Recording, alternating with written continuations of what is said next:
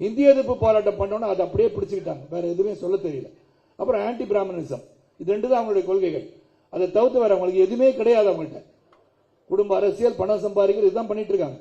படிப்படியாக அவருடைய சதவீதங்கள், வாக்கு சதவீதம் குறைஞ்சிட்டு இருக்கு. நீங்க பாக்குறீங்க, from 36 they have come to 26. DMK, ADK has come to 20%. நாம 11.6 போயிட்டு 2% சொன்னாங்க.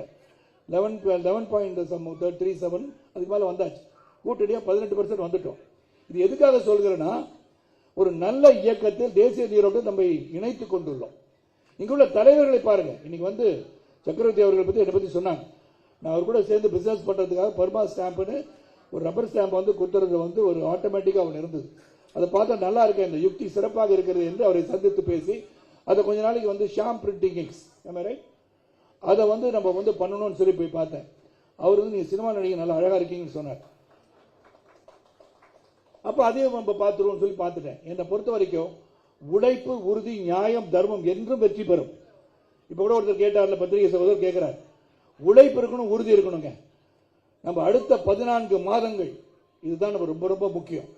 உறுப்பினர் சேர்க்கை நடக்குது, அந்த பக்கம் ஒரு வேலை நடக்குது, எல்லாம் நடந்தாலும் இந்த 14 மாதங்கள் அதுதான் இன்னைக்கு முக்கியமான சொல்ல வேண்டிய வந்து கருத்து. இந்த 14 மாதங்கள் நம்ம எப்படி செயல்பட வேண்டும் என்பதை வந்து நீங்க வந்து இன்று முதல் அதை துவங்கணும் பயணத்தை. ஏன்னா யார் வேணா வரலாம், அதை பத்தி நீங்க அதை பத்தியே பேசவே கூட. Don't get sidetrack by others. என்னை பொறுத்த வரைக்கும் எப்படி 1996 நீங்க எல்லாம் என்னோட சேர்ந்து பயணிச்சிருக்கீங்க, எல்லாரும் இருந்திருக்கீங்க கூட. அன்று வந்து எதிர்க்க முடியாத சக்தி என்று சொன்னார்கள். யாருமே எதிர்க்க முடியாத சக்தி கிடையாது. நியாயமும் தர்மமும் உங்களிடம் இருக்கும் போது, அந்த நியாயத்துக்காக நீங்கள் போராடும் போது எந்த எதிரியும் தவிடுபொடி ஆகி விடுவான் என்பதை நான் சுட்டிக்காட்ட விரும்புகிறேன். நீங்களா நினைச்ச மலை மலை மலை நினைச்சிட கூடாது. மலையை மோதி பார்த்தாலே தெரியும். மலையை மோதியே பார்க்க மாட்டேன்னா எப்படி? சைக்கிளை ஓட்டி பார்த்தா தான் சைக்கிள் ஓட்ட தெரியும். இல்ல சைக்கிள் ஓட்டினா கீழே விழுந்துருவீங்க, இவ்வளவுதான் செய்வோம். எந்திரிச்சு திருப்பி ஓட்டணும்ல, அதான் முயற்சி. அந்த முயற்சி என்பது இருக்கணும். இந்த 14 months இருக்கு இல்லையா, 14 மாதங்கள், இந்த தமிழகத்திற்கு விடிவு காலம் பிறக்கின்ற ஒரு விதமா பார்க்கணும். இது சாதாரணமா எடுத்துக்காதீங்க.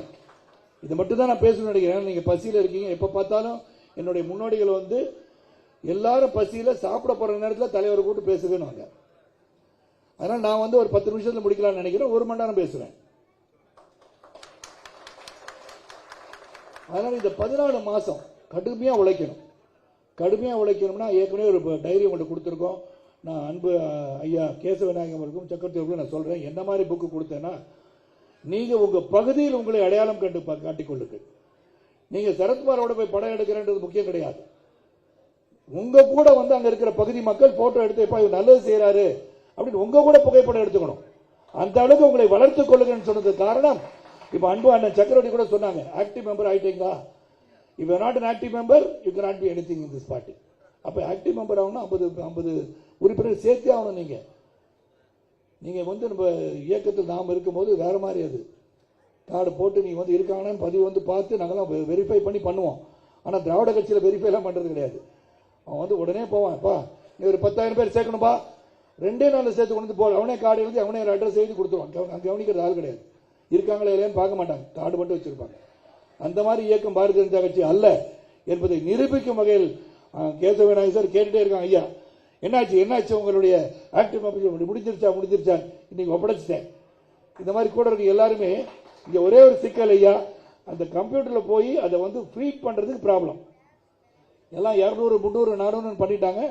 அதுக்கும் we have employed somebody to immediately feed all the informations into the computer. So அதனால நம்மளை பொறுத்த வரைக்கும் இந்த 14 மாசம் 14 நம்ம ராசியான நம்பர் ஏன் சொல்லுங்க. 14 வந்து 1 + 4 5, 5 வந்து சென்டர் இருக்கு. அது எல்லா நம்பருக்கும் 5ஆம் நம்பர் வந்து சென்ட்ரல் ஃபிகர் இருக்கு. அதனால என்னை பொறுத்த வரைக்கும் நம்ம எடுத்ததுல எதுவுமே சோட போனதில்லை. நீங்க நினைக்கலாம், அப்ப தலைவர் நீங்க போய் கட்சியை கொண்டு போய் இணைச்சிட்டீங்களா, அது சோட போலையான்னு இல்ல. தேசிய நீரோட்டத்துடன் இணைந்து செயல்பட வேண்டும் நினைக்கிறோம். சம்டைம்ஸ் அது வந்து சிறந்த யுக்தியை பயன்படுத்த வேண்டும், நல்ல யுக்தியா இருக்கணும். நான் போய் திராவிட முன்னேற்ற கழகத்துக்கு அனைத்து அண்ணா திராவிட முன்னேற்ற உழைச்சிருக்கேன்ல, அங்க போய் சேர்த்தனா நான் சேர்க்கல. தெரியுமா, ஊழல் மிகுந்த கட்சி. இன்னைக்கு மந்திரி உள்ள போவாரு, ஊழல் குற்றச்சாட்டு போவாரு, திரும்பி வந்தாலும் மந்திரி பதவி வாங்கிக்குவாங்க. மக்களும் கேட்க மாட்டாங்க. மக்கள் கேட்க முடியாத சூழ்நிலை உருவாக்கும் காலத்தில் நாம் பயணித்துக் கொண்டிருக்கின்றோம். தமிழகம் இப்படி இருந்துடக்கூடாது, ஒரு மாற்றம் வர வேண்டும். அந்த மாற்றம் பாரதிய ஜனதா கட்சி மட்டும்தான் மாற்றம், வேற யாரும் மாற்றம் கிடையாது. நீங்க அவங்க திராவிடம் சொல்லி ஏதோ வார்த்தையை சொல்லி மாயாஜாலத்தை சொல்லி அவங்க ஏற்கனவே பல முறை சொல்லிட்டு அன்பு சகோதரருக்கு தெரியும். வார்த்தை ஜாலங்கள் சொல்றதுக்கு பால் கிடையாது. முந்தி இருந்தாங்க, அவங்கள வைகோ இருந்தாரு, கலைஞர் இருந்தாங்க, நல்லா பேசுவாங்க. சற்றேறக்குறைய ஏறத்தாழ கிட்டத்தட்ட ஒரே வார்த்தை 3 தடவை சொல்லுவாங்க. அதானே சற்றேறக்குறைய ஏறத்தாழ கிட்டத்தட்ட 3 ஒரே வார்த்தை ஒரே அர்த்தம் தான். எல்லாம் பிரமாதமா பேசுறாரு, பிரமாதமா பேசல, உங்களுக்கு தெரியாத அவங்க சொல்றாங்க. அதனால இந்த மாதிரி ஆண் பார்க்கிற காலம் கிடையாது இது. Everybody wants an answer. Social media சாதாரண விஷயம் தெரியுது. இன்னைக்கு ஒரு செய்தி நீங்க பார்த்திருப்பீங்க. போதை செய்வது அவல நிலை இன்னைக்கு டேராடூன்ல 2 பேர், ஒரு BMW கார்ல இளைஞர்களும் இன்னொருத்தர் இனோவா கார்லயும் வேகமா போய் ஒருத்தர் ஓவர்டேக் பண்ணேன்னு சொல்லி அந்த பெண் இளம் பெண்கள் 19 இருந்து 23 வயசுக்குள்ள 2 பேர் தலை துண்டிக்கப்பட்டு சென்று விட்டது. அவர் மேஜர் ஆக்சிடென்ட் எதனால் நடந்திருக்கு? குடி. அதனாலதான் நம்ம இதெல்லாம் கார்டு கொடுத்துருக்கோம் எல்லாருக்கும். போதை தவறுக்கு எது கொடுத்துருக்கோம் அப்ப இருந்து நம்ம சொல்லிட்டு இருக்கோம். ஒருத்தர் சொன்னாங்க, சார் நீங்க இதை யூஸ் பண்ணாதீங்க, ஏன்னா எடப்பாடி பழனிசாமி போதை ஒழிப்போம் போட்டிருக்காரு, அது நம்மகிட்ட கத்துக்கிட்ட பாடம். அது நம்ம தான் முதல்ல அதுக்கு போராட்டம் நடத்துறோம். அதனால யார் சொன்னாலும் நல்லதுதான். போதை ஒழிப்போம் குடியை ஒழிப்போம் சொன்னா அது போட்டுக்கிறது பெருமை தான். அதனால என்ன சொல்ல வந்தேன்னா, அந்த இளைஞர்கள் இன்னைக்கு எப்படி இருக்காங்க, டைம் இருக்கு இல்லையா, அவங்களை 5 நிமிஷம் கட்டுப்படுத்த முடியல. Attention span is becoming less. நம்ம என்ன சொல்றோம் உன்னிப்பாக கவனிக்க முடியாத சூழல். காரணம், அவனுக்கு பல விதமான அழுத்தங்கள். ஒரு விதத்தில் இந்த செல்போன் வந்தது நோண்டிட்டே இருக்கிறது அவங்க பழக்கமாகி போச்சு. ஏன்னா அதுல வெளியே வர மாட்டாங்க, எந்திரிச்சோன போன் எடுத்துக்கிறாங்க. அது எதுக்கு எடுப்பாங்கன்னு தெரியல. உடனே அதுல பார்க்கணும். இன்ஸ்டா ரீல் போடுற ஒருத்தன் கையில பெட்ரோல் எடுத்துட்டு போயிட்டு நடு ரோட்ல பாம்பு கொளுத்தி போடுறான். அது இன்ஸ்டா ரீலா. எந்த அளவுக்கு சீரழிந்து போயிருக்கிறது என்று சிந்தித்து பார்க்க வேண்டும்.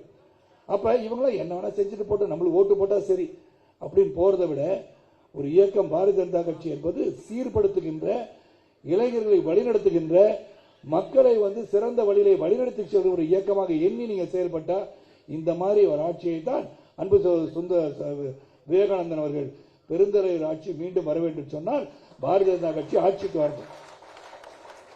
இங்க ஒரு அம்மா கேட்டாங்க, துணை முதல்வர் என்ன சாதிச்சிருக்கான்னு கேட்டாங்க. நீங்க கடந்த இது பெருந்தலைவர் என்ன சாதிச்சான்னு எடுத்து பாத்தீங்கன்னா, இருக்கிற எல்லா டேமையும் கட்டினது யாரு? பெருந்தலைவர் ஆட்சியில தான். நெய்வேலி லிக்னைட் கார்பரேஷன் பண்ணது யாரு? ஆவடி டேங்க் ஃபேக்டரி பண்ணது யாரு? ஐசிஎஃப் பண்ணது யாரு? டேம்ஸ் எல்லாம் கட்டினது யாரு? எல்லாம் நீ பார்க்கணும். அங்க ஒருத்தர் சொல்றாரு, ராஜீவ் காந்தி ஒருத்தர் சொல்லியிருக்காரு, பார்த்து நான் கூட கண்டனம் தெரிவிச்சிருந்தேன். உட்காரு 220 வோல்ட்ல இருக்காரு அவரு, கொஞ்சம் அமைதியா இருக்க சொல்லுவாரு. அப்போ மைலுக்கு ஒரு ஆரம்ப பள்ளி, 3 மைலுக்கு நடுநிலை பள்ளி, 5 மைலுக்கு ஒரு உயர்நிலை பள்ளின்னு உருவாக்கி மூடப்பட்ட 6000 பள்ளிகளுக்கு மேல 12,000 பள்ளிகளை திறந்தவர் அவர். அது தெரியாம பேசிட்டு இருக்கார். எடப்பாடி அவர்கள் சொல்றாங்க, நீங்க எல்லாத்துக்குமே 100 ஆண்டு நிறைவு விழாவில் எல்லாருக்கும் கலைஞர் பேரை வைக்கிறீங்க. கலைஞர் பேரை வைக்கலாம், தப்பு கிடையாது. அரசியல் அனுபவம் மிக்க ஒரு தலைவர் தான், இல்லைன்னு சொல்ல, பாடம் கற்றுக்கொண்டு நாங்க.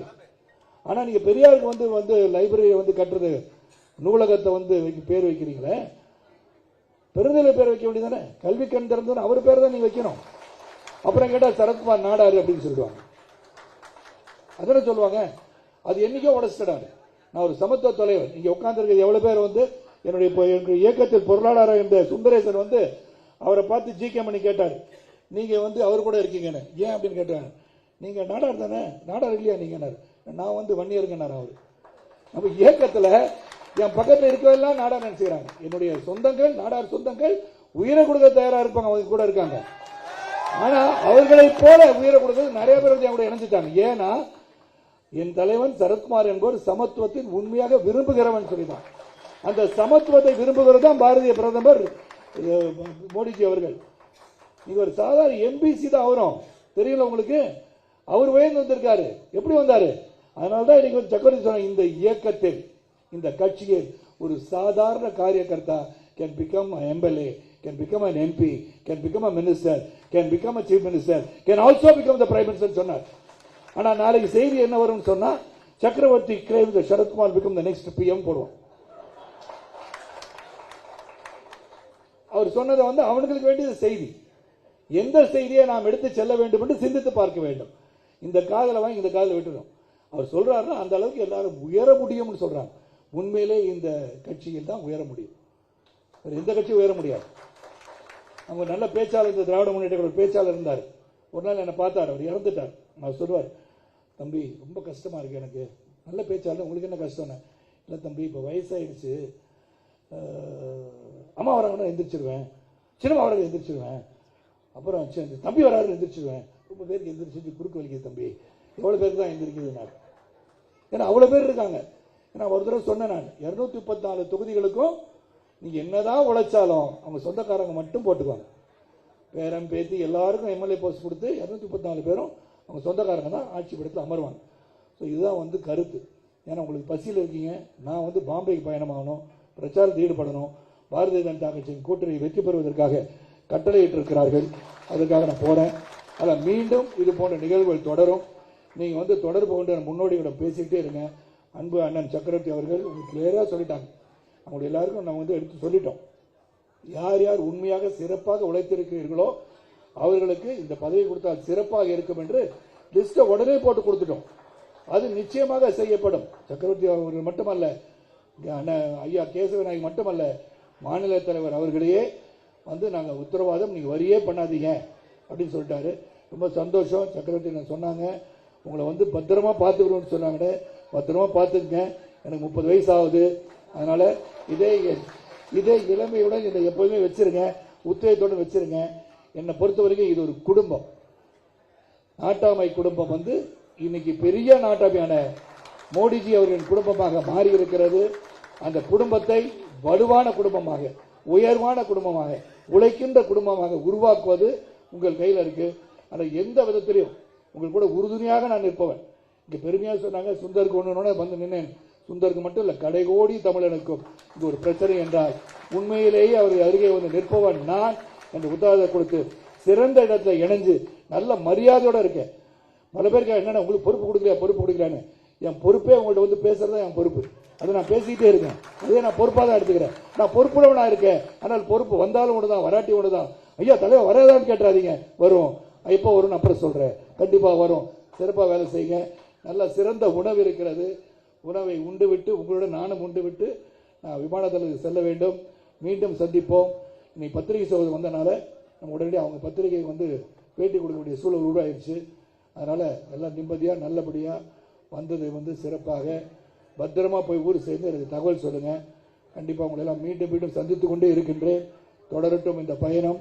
இந்த பயணம் 2026 பாரதிய ஜனதா கட்சி வெற்றி வர வேண்டும் என்ற பயணத்தில் நாம் வெற்றி பெறுவோம் என்று சொல்லி நன்றி, வணக்கம். பாரத அன்னையை வணங்குவோம், தமிழ் அன்னையை போற்றுவோம் என்று விடைபெறுகின்றேன். நன்றி, வணக்கம்.